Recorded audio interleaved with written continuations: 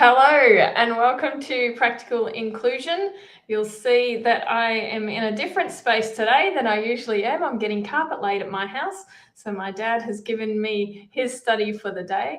I still am, however, on Wadawurrung country.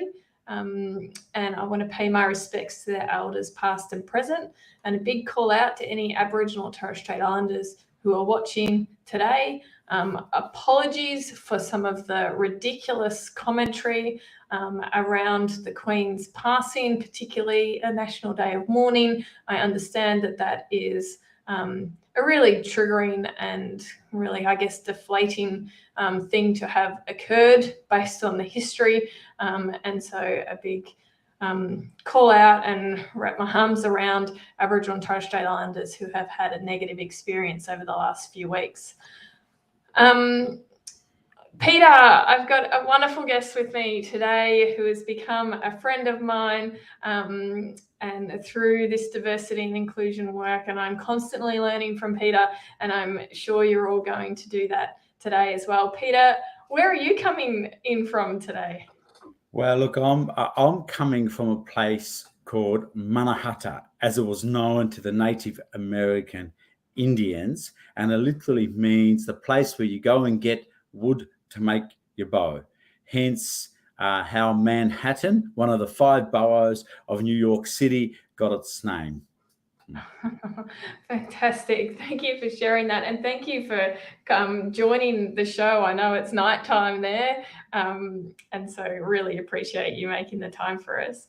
As usual, I'm going to give you an opportunity to tell your story, and as in any way that makes sense to you. You can have as much time as you like. This is a storytelling time, and obviously the reason we do this in these shows is because there is no better way to create inclusion and understanding around the way identity influences people's lives than telling and sharing stories. And you're an incredible storyteller.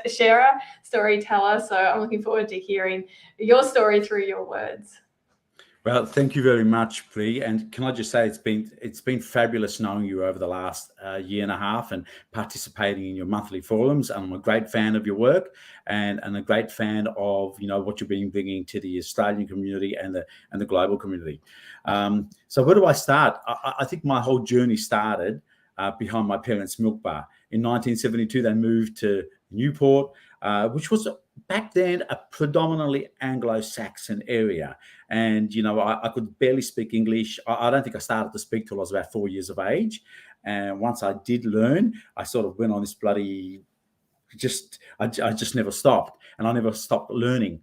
But what interested me also about the area growing up in the milk bar was, as migrants started to come to Australia, they started to change the landscape of the western suburbs in a really big area, especially Newport.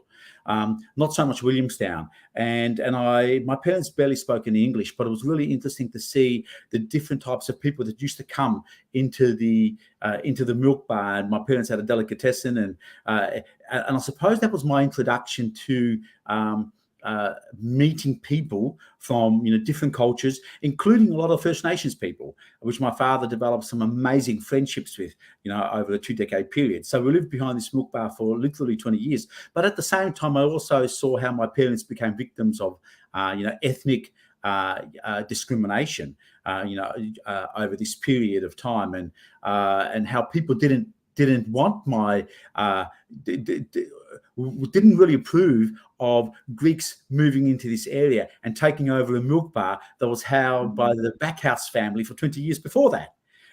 So that created a lot of tension in the community, graffiti, windows being broken, insurance companies not insuring my parents. And I suppose in many ways that started to really deeply affect me in a way that I wanted to understand why was this happening, and I realized that we just didn't do enough to bring people together, and that sort of led to my work and the work that I'm doing today, and it's always been really central to my work. And I've had many different careers. I worked as a composer, conductor, creative director, and then and there was always this common thread of how could I use the arts to get to know people better through my work.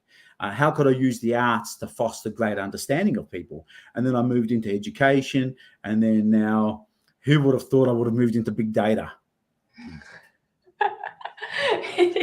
It is a fascinating transition, and I look forward to unpicking that. I love, the first thing I'd written down before you even talked about using the culture and the arts, to understand about people. I've written that down, the connection between the arts and the diversity and inclusion work that you do now. Can you expand on that and how that influences the work that you do? Yeah, absolutely. Yeah, I think the arts has always been seen as a safe haven to explore a whole range of, different ideas. And through the arts, we were also able to explore cultural practices from all over the world. And this was a way of being able to discover the other, create these settings using the arts, using storytelling, using music, visual arts, performing arts, multimedia technology, to start to really foster greater understanding between people, and as a way of being able, through discovering the other and discovering other cultures and their cultural practices, as a way of being able to begin to reduce discrimination. And I think the driver for this was, why did racism and ethnic discrimination exist in the first place? And it's really simple. It's because of fear, because of ignorance. So the counter drivers then become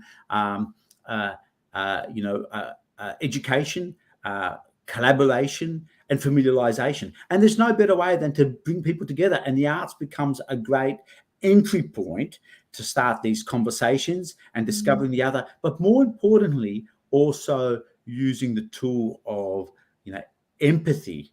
And I often say to people, 11% of Greek words out there have got some sort of a Greek meaning out there.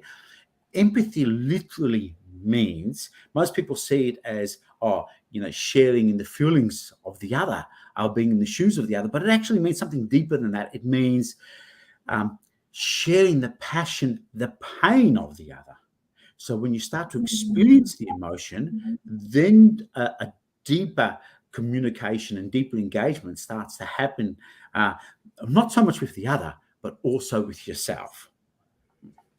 I like that extension of empathy rather than just thinking about standing in someone else's shoes. It's actually being in those shoes, or existing in that world, and feeling the emotions and the passion. I love that extension.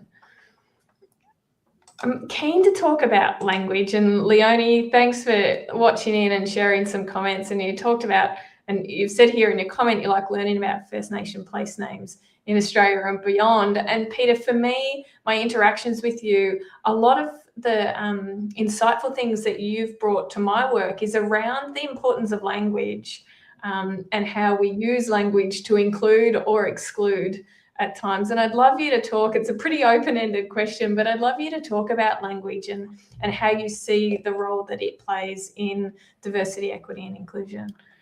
Yeah, so I might talk about Indigenous peoples across the world and First Nations peoples, because not all Indigenous peoples are First Nations.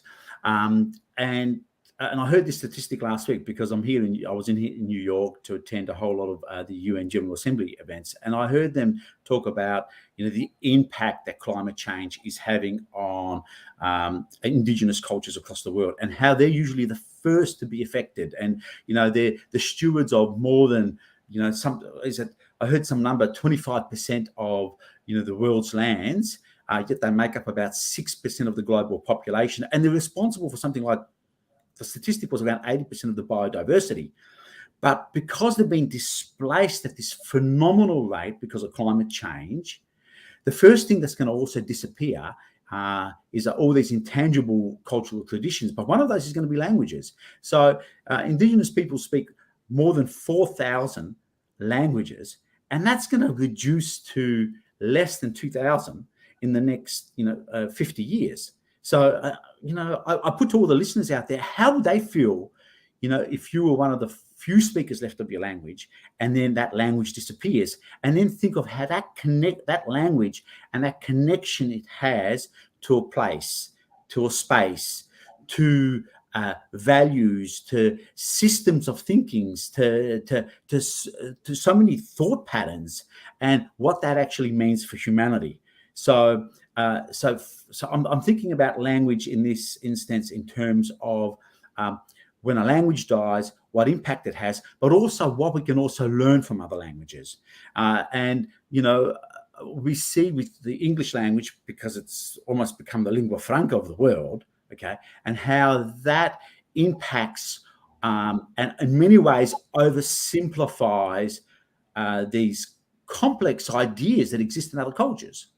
So, in ancient Greek, for example, there used to be 20 different words for love. And there's about 7 different words for love today in modern Greek, because a lot of those have disappeared. And when I used to hear this idea that love is love, I used to sort of, and I used to sort of think in Greek in my head, and I thought, well, we don't actually really have a saying for that, because that would actually sound strange, because we're talking about what type of love are we actually talking about? Yeah. So in many ways, the point I'm trying to make here is that one's ethno-linguistic background shapes cognitive processes. It influences, the way someone thinks. It shapes a smile. It shapes how one relates to the other. It shapes one's perception of their place in the world. And there's been thousands of studies that have done on this. So I think the point that I'm trying to make here is that with DEI work, and I'm just, even though I say to people, I started this journey in 1988, and I started to think of this work in terms of data, it's extraordinarily complex, but we mustn't forget the human dimension, and we mustn't forget our collective cultural heritage, which is our cultural diversity, and the value that this brings in. So it's thinking of this anthropological dimension to DEI, which explains why people behave the way they do, why they do things the way they do, and this needs to be central and equal to every other dimension of the work that we do in DEI. Love it. That's exactly the stuff I was hoping you'd talk about, because I certainly get that. And I also see, and we're going to talk about data because you and I are both totally interested in data and how it's used in diversity, equity, and inclusion. But certainly, I think, we see the experiences through the data that people who have English as a second language, or, as I prefer to ask, that people who speak more languages than just English, that the experiences that they have in art can be quite different within our workplaces, regardless of their level of competency around the English language. Is that, as you say, that cultural element that comes into play when it isn't your first language, when there are other languages that you have and other ways that you act and respond to language and words. I really love that. Let's talk about data, particularly around cultural inclusion and how we perhaps have really been failing in this space, which I think you and I would both agree when it comes to particularly Australian workplaces, around understanding the cultural backgrounds of our employees and the impact that that's having on their lived experience. Yeah. So once again, I'm going to say I'm only scratching the surface in this area. And what I've come to realize with this whole area of data is that data can be skewed in any direction. Okay?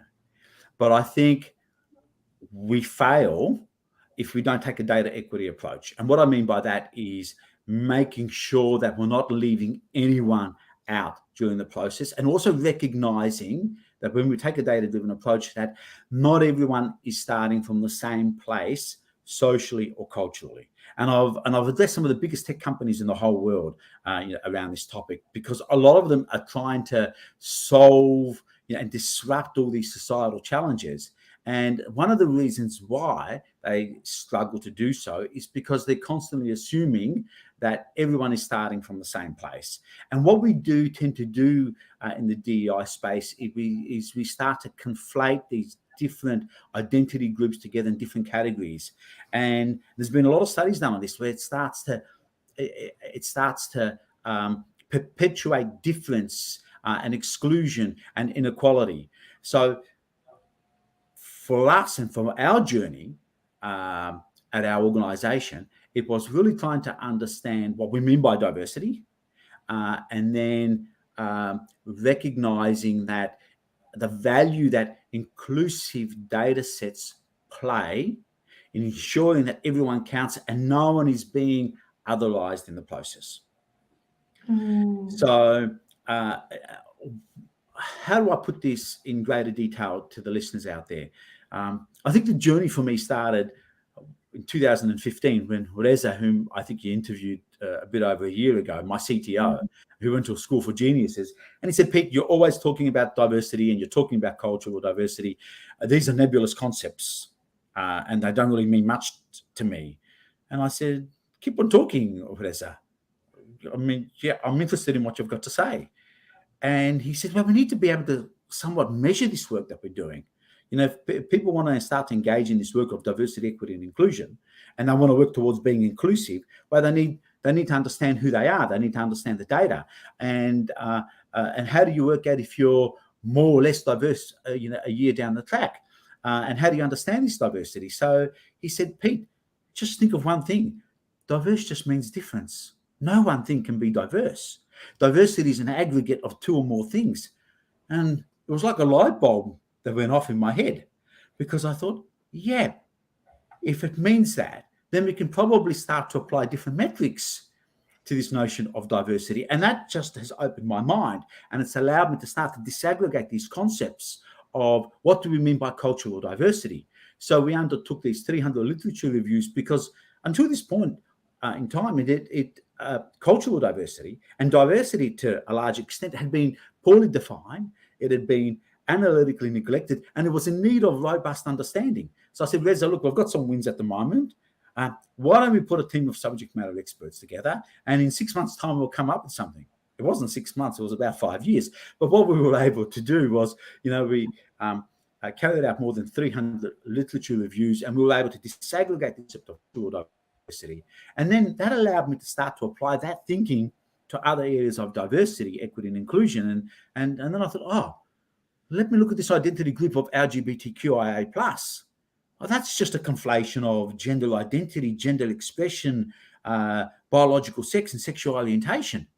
Now, if I can disaggregate that, and I can disaggregate cultural diversity, and I can disaggregate what tends to happen in America and other parts of the world where they conflate ethnicity and race as if they're one thing, then we can start to create nuanced strategies and intervention strategies that can really start to understand what's going on. And at the same time, ensure that when people are completing a survey, that there's a category for them. And that category is not a broad category which just says, I'm just Southeast Asian, or I just belong to Africa. Wait, hang on. If you, and this happened in the census where someone said, I just have a Southeast Asian category, but I'm a Kachin person that comes from Myanmar. And in Myanmar, not all of us speak Burmese, and there's over 110 languages that are spoken there, and at least 134 people groups there. And the same with Indigenous. Indigenous just means, the people that are the connected to the land. But hang on, we say that all the time about Australian people. We have a category for them. But wait, hang on. Before Europeans arrived here, there was an estimated 700-800 languages and speech communities and more than 324 distinct people groups. So we need to recognise that identity, and a lot of these people groups will come totally different to each other.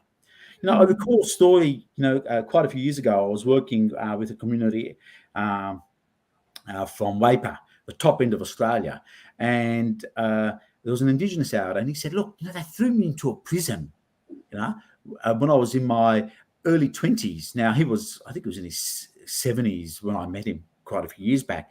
And he said there was 20 of us in a prison, but only 2 of us spoke the same language. They just saw us all as one people. We're not just one people. So I think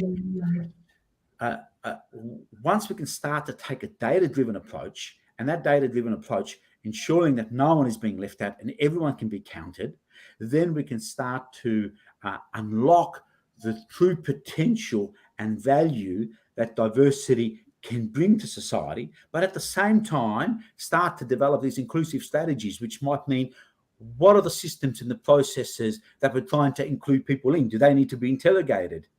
How do we need to review those? And if we need to review them, how do we then start to synthesize what might seem to a lot of people out there as incommensurate cultural differences? Now, I often say to people that it's not too difficult. Often the answers to the future are in the past. And I love history, and I majored in Koine Greek, which was the Greek that came about as a result of Alexander's expansion into South Asia. And when the Greeks arrived there, most of them proselytized and they became Buddhists. But they also developed things such as bilingual currencies. So the very first bilingual coin in the world exists in the Museum of Lahore in North Pakistan.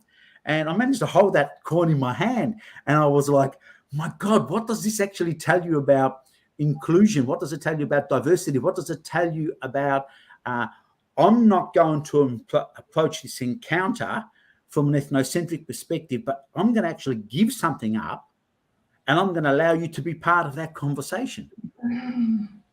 And I think those lessons from history can teach us a lot. And, you just need to look at, the convergence of, great civilizations and what that's bequeathed to humanity.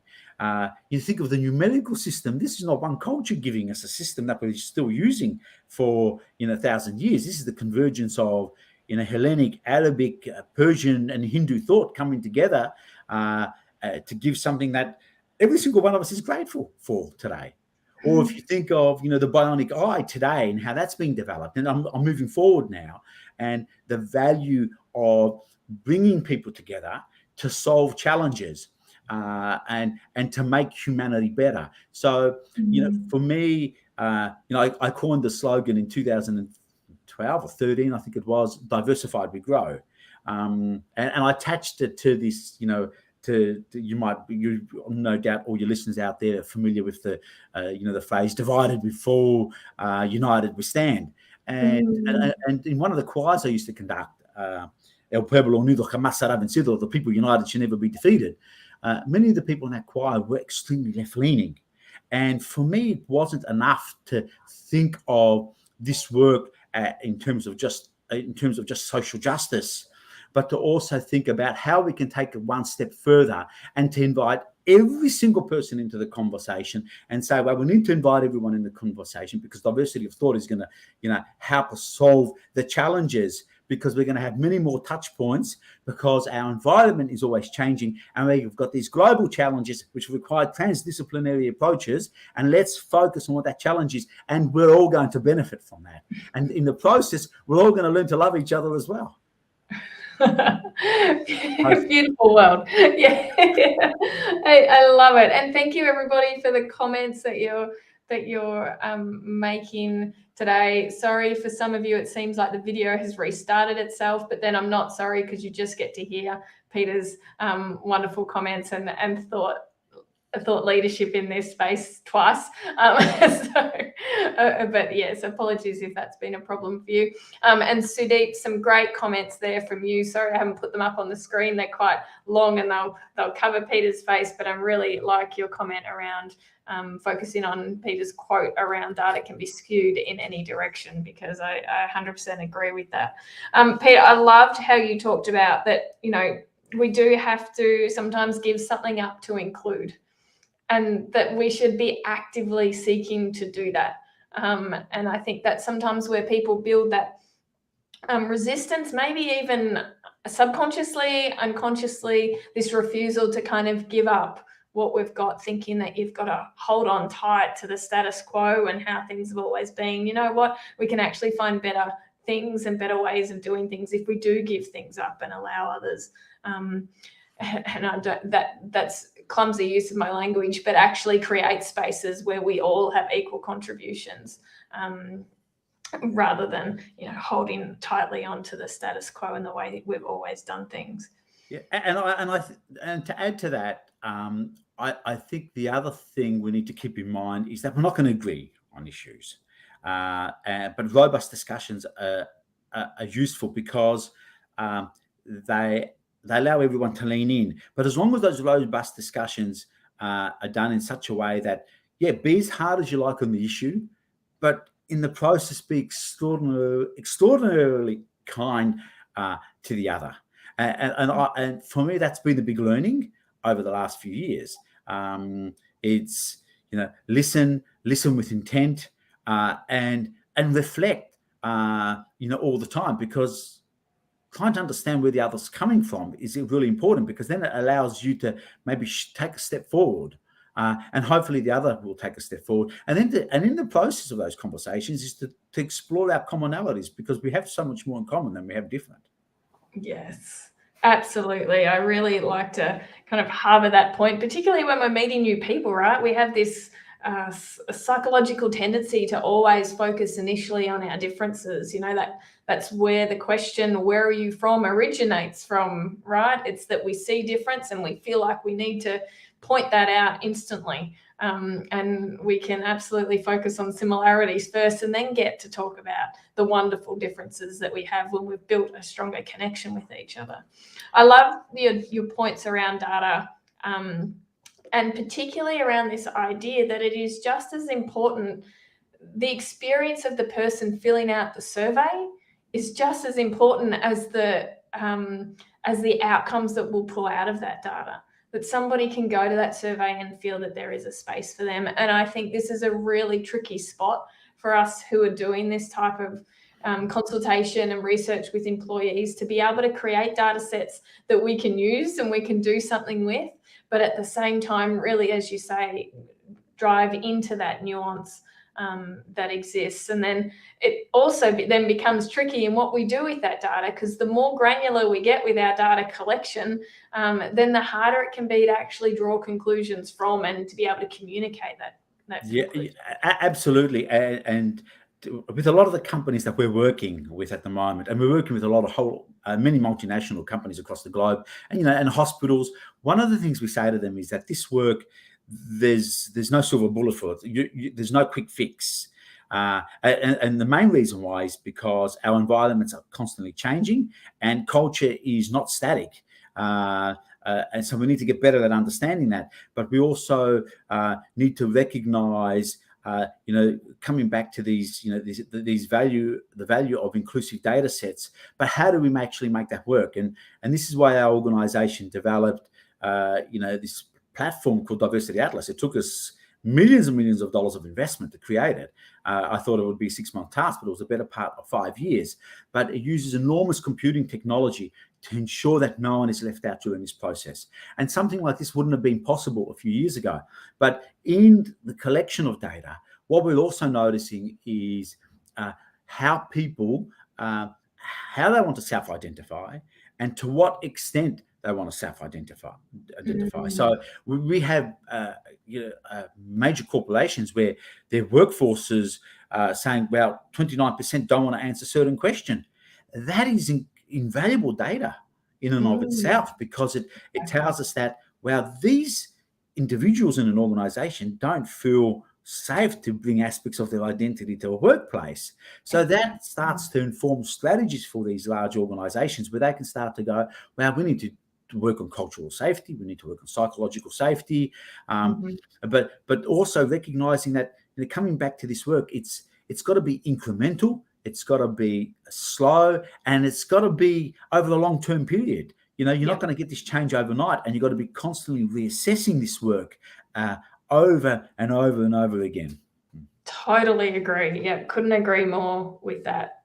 With those last comments you've made there. It's nearly 12:30, so we do have to end, unfortunately, but I am very hopeful. It does go quick. I'm very hopeful that you'll come on again sometime. Absolutely. And have more chats. I just want to do my little plug here that Peter is part of our diversity and inclusion network, and obviously contributes in such a meaningful way, and I've learnt so much over the last year and a bit of having him in there. If you want to join the network, you can head to the website and find out about it there. We'll put the link in the comments, and come and help us with these conversations and these chats about how we actually do the diversity, equity, and inclusion work, how it practically gets done in workplaces. Thank you so much, Peter, for tuning in from across the world and sharing, so openly yourself and your stories and experience with us.